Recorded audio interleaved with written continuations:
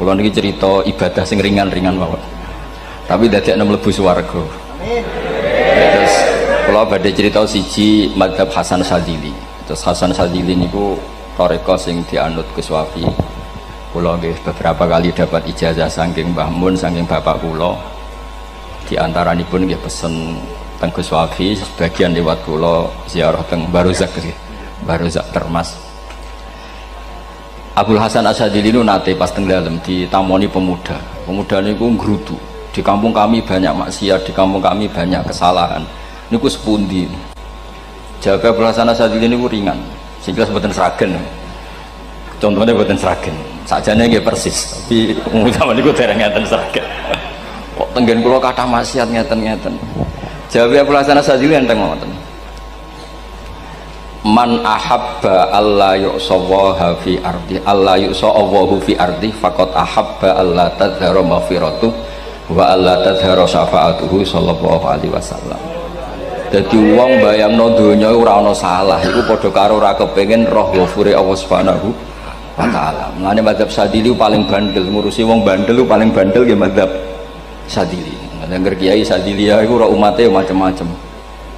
Mane teng Indonesia niku penak, sing keturunan putih seneng Nabi, sing ireng nggih seneng Nabi, sing ra keturunan nggih seneng Nabi. Mulane setan niku bingung. Nyangkone sing seneng Nabi keturunan putih tok, sing seneng keturunan ireng ya seneng Nabi. Sing ra keturunan ya seneng Nabi. Sing lakenan ya seneng Nabi. Jadi kelompok itu kathah sangat. Ini penting kalau aturaken mergi mazhab Syadzili niku pancen dados pembanding mazhab Sayyid Abdul Al-Haddad. Mazhab Abdul Hasan Asyadzili niku sing paling masyhur diriwayataken dening Shahibul Hikam. Mergi Ibnu Athaillah As-Sakandari muridé Abdul Abbas Al-Mursi, Abdul Abbas Al-Mursi muridé Abdul Hasan sinten Asyadzili. Niku mazhab ingkang bener-bener jadi pembanding. Mergi teng bab husnudzon niku beliau itu pakar. Orang itu bisa yarjuwa hawal yaumil akhir. Orang itu bener-bener dibikin nyaman mbek Allah mbek Rasul. Misalnya ngeten, sampean sowan Allah iku kudu arep-arep disangoni. Kena arep disangoni berarti nganggep Allah iku medhit. Mulane tomak niku penting. Tapi mbek pangeran aja mbek wong, tapi mbek pangeran mbek. Dados limangka yarjuwa hawal yaumil akhir. Riyen niku zaman kula alit, niku anggere ana santri lunga iku sangu sak umbalan. Mergo yakin kiai iku nyangoni. Lho diyakini nyangoni ku keren, berarti diyakini lomo. Lha kok yakin mlebu neraka, berarti nganggep Allah gak Rahman Rahim. Mulane yakin mlebu napa? Swarga. Mau modal urun maulid sak dina ora urun malah entuk.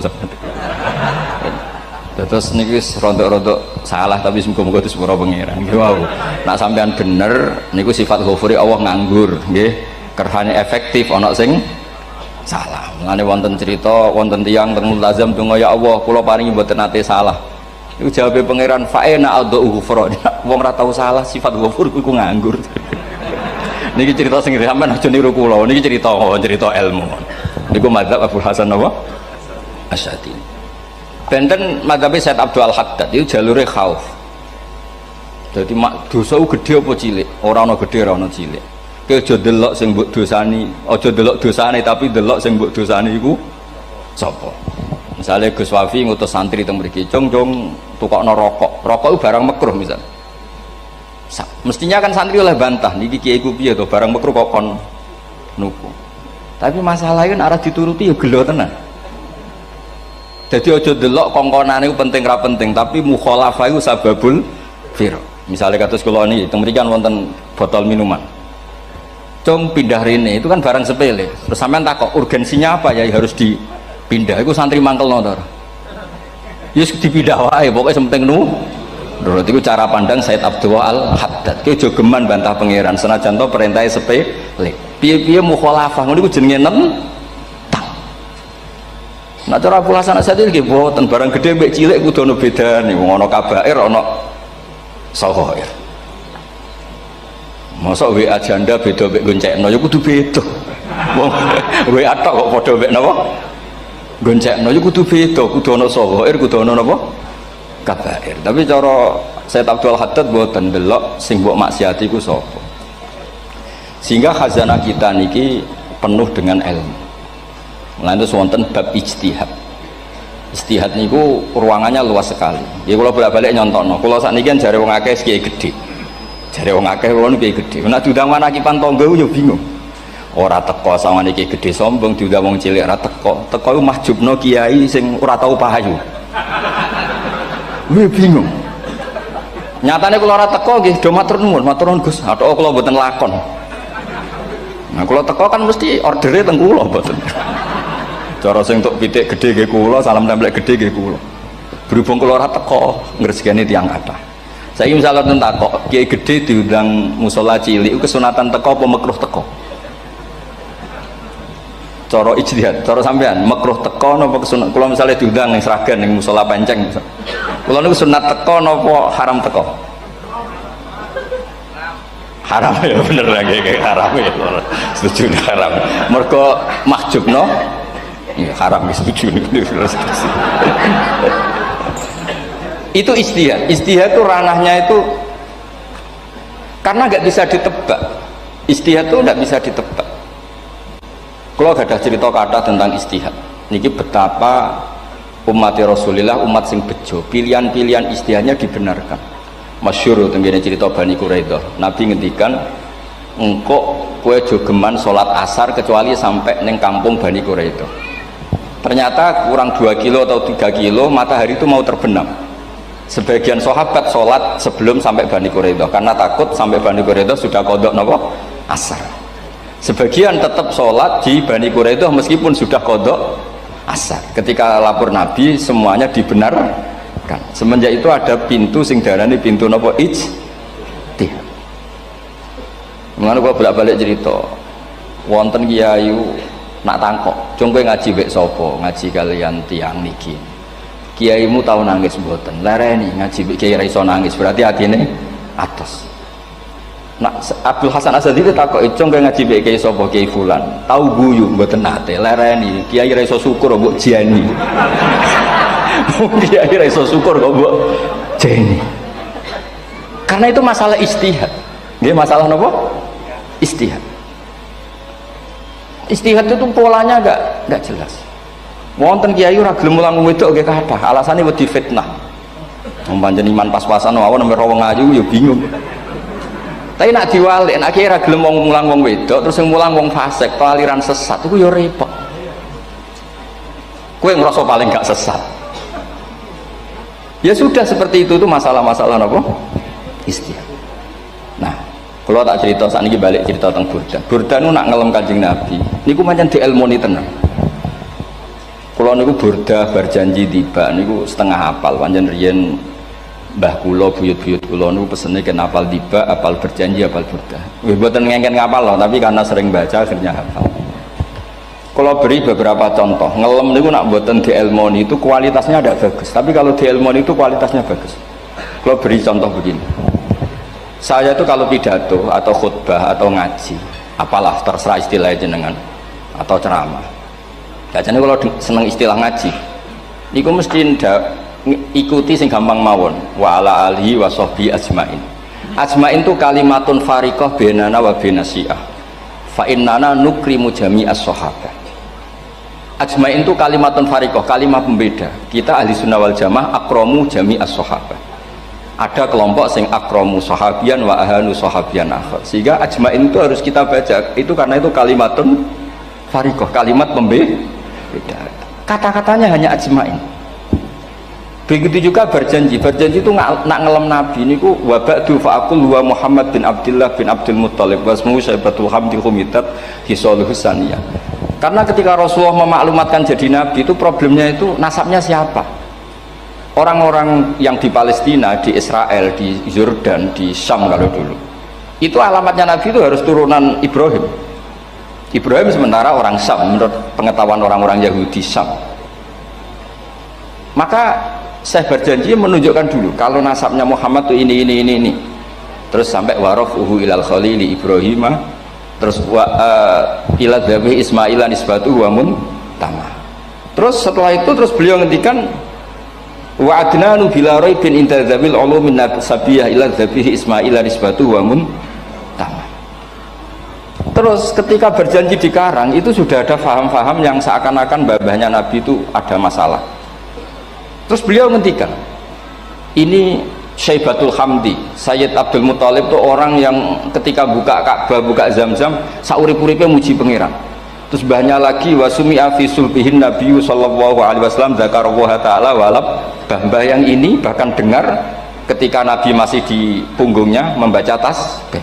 Terus sampai fa'azim bihi min ikdin ta'allaqat kawakibud durriyah wa kaifala wa sayyidul akramu sallallahu alaihi wasallam wasitatuhumun tak. Nabi itu orang suci, makanya harus lewat rahim yang suci, harus lewat bapak yang suci, mbah yang suci, sampai ila khalilir rahman Ibrahim alaihis salam.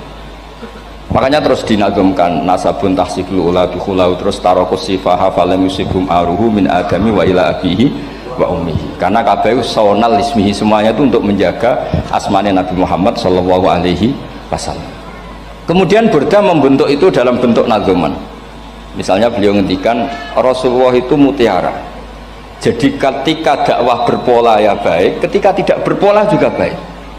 Beliau cara muji Nabi faddurru yazdadu husnan wa huwa muntazimun, namanya mutiara ketika diuntai pasti sangat indah, tapi terus-terusannya itu wale sayang kusu qadran ghairu muntazimi, tapi namanya mutiara mbok berserakan pun tetap indah. Jadi unik. Berarti ketika beliau uji Nabi dakwah tertib, pernah sholat tuh harus begini, harus begini, harus begini, beliau sholatnya tumak ninah tertib. Tapi Nabi pernah sholat gak tertib, duhur tuh 2 rakaat. Mana anak kiai rodok lalinan itu ya anak sana tuh duhur 2 rakaat. Tapi barokahnya Nabi duhur 2 rakaat diketahui cara sholat kalau salah itu gimana. Umpama Nabi sholatnya bener terus, itu akan kesulitan kita solusinya ketika ngalamin apa? Kesalahan. Makanya Nabi ngendikan ma kuntu ansa walakin unassali as-sunnahu, mestine ra tau lali tapi didesain lali biar bisa jadi sunnah. Wonten tiyang salate suwi maca surat Baqarah, wonten tiyang badhe njupuk wedhuse lah cara Indonesia. Bareng kesuwen piambake mufaraqah. Walhasil Mu'ad matur Nabi, ini munafik di tengah-tengah sholat kok mufaraqah. Si penggembala unta ini juga ngeklaim, ya Rasulullah imam kita tidak benar, sholatnya kesuwen. Pikirannya wong ora bela imame, ternyata Nabi gak belok sing ngangon. Afattanun anta ya Mu'ad, wong imame wong seragen surat Baqarah wis pokoke kulo wae. Jadi Islam itu segampang itu, semudah itu. Sehingga wonten tiyang nu isane maca kulhu, rakaat lagi kulhu, saniyah nggih kulhu, pokoke kulhu sampai sok makmume ku mangkel. Waduh, si imam iki gak keren, mosok main apa? Kulhu. Dilaporno, ya Rasulullah ini imam yang kau tugaskan di kampung kami niku amen maca kulhu, Mam. Ditimbali be Nabi, kenapa kamu baca kulhu terus? Li'annaha sifatullah, karena itu sifatnya Allah. Maka saya senang mengulang-ulang sifatnya. Terus kata Nabi, saya barusan dikasih wahyu Allah bahwa Allah mencintai kamu karena kamu mencintai surat kulhu. Nah ini ijazah yang seragam ini ku apa? Nanti mau timbang mau idza samsu kuwirat bulet nang tengah. Jajal ampun tak tes sak niki. Kiai paling pinter teng seragam kan mau idza samsu kuwirat di depan umum. Mungkin nak dhewean roh tapi nang ngarepe Habib Doa ngarepe Gus Wafi meriang nak muntir. Wah, ngoten niku kula ndek kanca niku imame level desa, bareng imami teng kecamatan salat Id. Mersiapno surat Tabarakalladzi biyadil mulk. Suwengi diapalo lanyah sampai ambeke hafid. Niku nyatane ya malah klirune fatal, malah lali ra maca Fatihah. Saking semangate ben ketok imam keren maca surat napa? Tabar. Jadi yo ribet. Terus kula suwun seneng Nabi niku kados senenge para ulama. Niku nak nyipati Nabi niku gampang. Kula niki beto kitab Saraipun Burdah kalian Saraipun Barjanji. Niku kalau ngelem Nabi niku sederhana sebenarnya. Tapi itu yang mengena. Bisa ulang lagi niku sing mengena. Misalnya dawuh Imam sing aran Risalah Qusyariyah. Tegene Bukhari ini cerita Bukhari. Nanti semua nabi ketika di akhirat tuh nafsi. Jadi roh prahara kiamat itu pun gak dinyali mau muni nafsi. Nabi ini jek kober ngendikan umat. Ketika semua nabi ku pelo wis ra iso muji pangeran, Nabi Muhammad di depan Allah tesih saged muji. fa ahmaduhu bimahamida allamaniha rabbi. Ketika nabi lain sudah tidak punya nyali bilang alhamdulillah, Rasulullah masih punya nyali bilang alhamdulillah. Sehingga fa Muhammadun ahmadu min ghairi. Hampir semua ulama ngendikan ahmadu yang Muhammad itu af'al tafdil, fa Muhammadun ahmadu min ghairi. Ketika nabi lain sudah tidak bisa atau tidak punya nyali memuji Allah, Nabi Muhammad masih berani memuji Allah ketika mahsyar. Karena logikanya begini, kira-kira pikirannya nabi-nabi itu wis kiamat, berarti amal harus ditutup lah, buku harus tutup. Tapi tak pikirannya Nabi Muhammad boten-boten. Allah itu tidak diganggu oleh apapun, tidak kena atau tunduk sama konstitusi apapun. Sampean ra iso ketemu Allah, Allah nih pun akhirat, jenengan pun boleh macam-macam nih, pun tutup buku boten saged. Rahmatnya Allah tidak bisa dibatasi oleh akhirat. Saya ulang lagi, rahmatnya Allah tidak bisa dibatasi oleh akhirat. Makanya Nabi tetap berani mengajukan syafaat meskipun sudah finish, sudah akhirat sudah finish. Juga Nabi muji-muji Allah, akhirnya Allah ngendikan ya Muhammad irfa' ra'sak wasal tu'tah wasfa'tu syafa'. Sudah Muhammad, kamu minta apa tak kasih. Saatnya beliau minta hak nopo syafaat, disebut maqamam mahmud. Lan ini kula waos kitab kersane orisinil niki betapa sayangi Rasulullah sallallahu alaihi wasallam teng kita. Ketika nabi lain tidak punya nyali kecuali mikir dirinya sendiri, jadi ku punya ngendikan nafsi-nafsi, Nabi Muhammad masih gak ada nyali ngendikan apa ummati. Itu bukti bahwa Nabi itu nggak pernah nggak mikir umatnya. Wala sawfa yu'tika rabbuka apa? Fatar.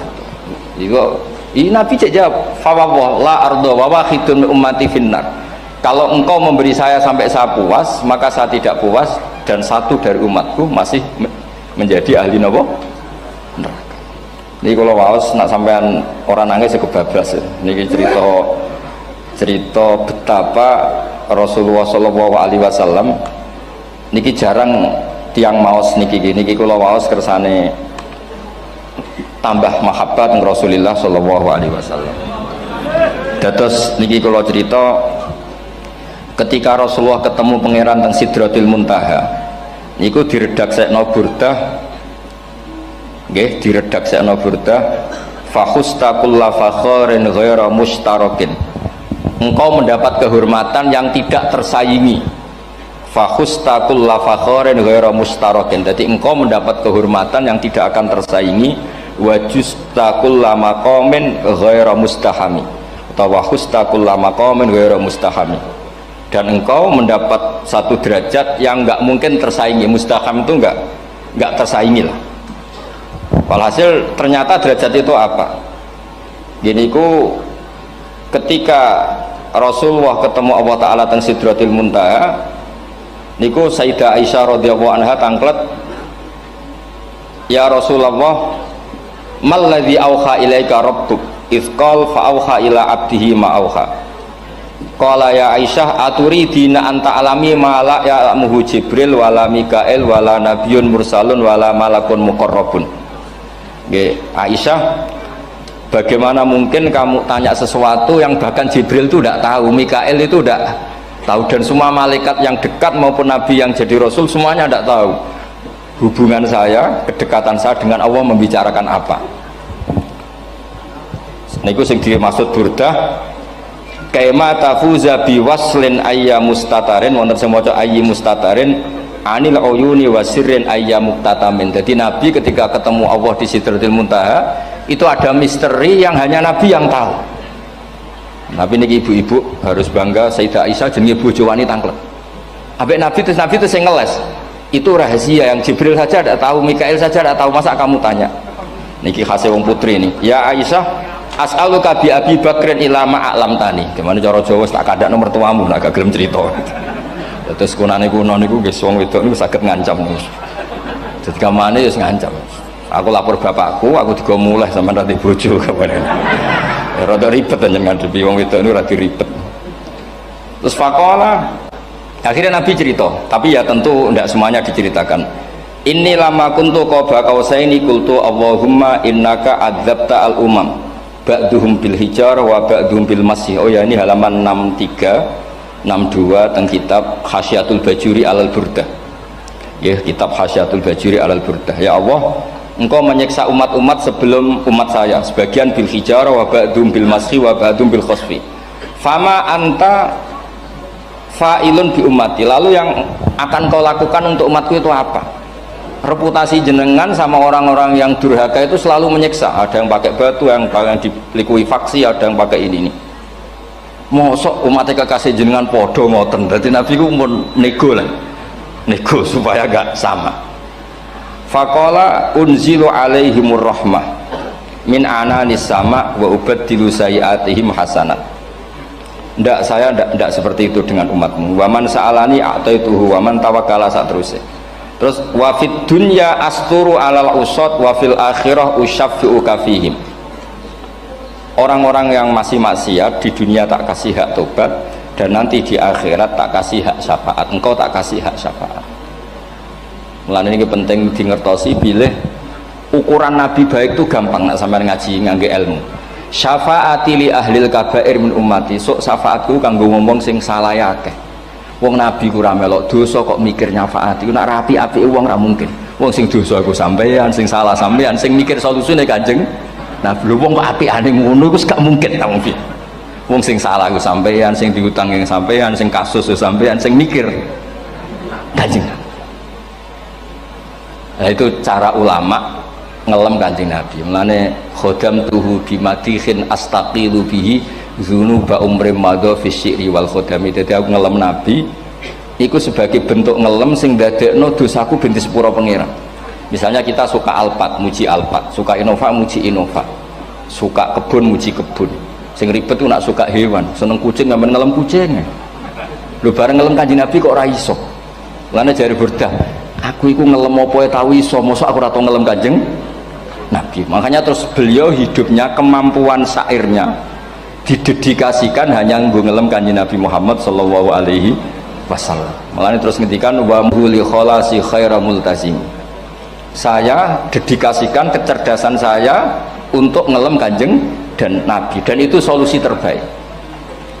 Lalu nak ngelem Kanjeng Nabi kadang kebablasan, sampai dikritik banyak ulama karena kebablasan. Gini masyhur beliau ngendikan wala yadi ka rasulullah wa ijahu kabi idzal karimu tajalla bismi muntaqimi.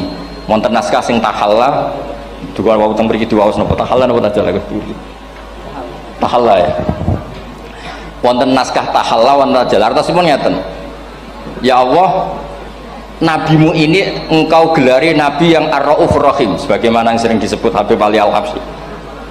Jika nabimu itu ar-raufur rahim, maka ketika engkau mau menyiksa saya dengan atas nama engkau al-muntaqim, zat yang tukang nyiksa, yang menyiksa, maka gelar engkau kepada nabi yang ar-raufur rahim kamu kemanakan? Jenengan kudu konsisten, terus kadung ngarani nabi ini jenengan raufur rahim. Maka sifat jenengan yang muntakim jangan pakai dulu, karena saya ini umatnya Nabi yang kamu beri gelar Raufur Rahim. Paham tuh jenengan? Maksudnya ya aja sida nyiksa wong kadung mbok arani Raufur Rahim. Dadi wala yadi ka rasulullahi jahu kabi idzal karimu tajalla ta tahalla bismimun takim. Terus sekarang Burda jenenge Muhammad. Allah kadung janji wong sing jenenge Muhammad ora bakal disiksa. Sebetulnya maknanya ya Muhammad Sayyidul Anbiya nih. Tapi ketika ono panggilan Muhammad ke depan, Muhammad gak boleh disiksa. Jeneng kula nggih Muhammad. Terus Burdanu saking yakinnya ngendikan fa innali zimmatan minhu bi tasmiyati Muhammadan wa huwa afal khalqi bi zimman. Gusti jenengan kudu eling nami kula niku Muhammad. Wong sing jenenge Muhammad itu ora oleh disiksa. Padahal maksudnya ora oleh disiksa kan kanjeng Nabi Muhammad, tapi piyambake namine Muhammad. Terus ngendikan malih in ati dzamban fama ahdi bimun taqidi minan nabi wala habli bimun sorim. Gusti kula pun iman mbek jenengan. Iman itu nilainya tertinggi. Jenenge iman nilai tertinggi, maka iman nggak bisa dibatalkan hanya karena saya salah. Jadi pangeran kok diruwayu dipeksa kudu ngakoni nek dene umat Rasulullah sallallahu alaihi wasallam, dan in ati lamun nekane ingsun dzamban ing dosa fama ahdi bimuntaqidin, maka perjanjian saya dengan engkau tidak boleh dibatalkan. Itu termasuk hebatnya umat Rasulullah sallallahu alaihi wasallam, apapun salahnya niku tetap diakoni umat Rasulullah sallallahu alaihi wasallam. Mergo termasuk kelebihan Nabi nu gak ada hak napa? Syafaat. Nggih eling-eling termasuk kelebihan Nabi nu gak ada hak napa?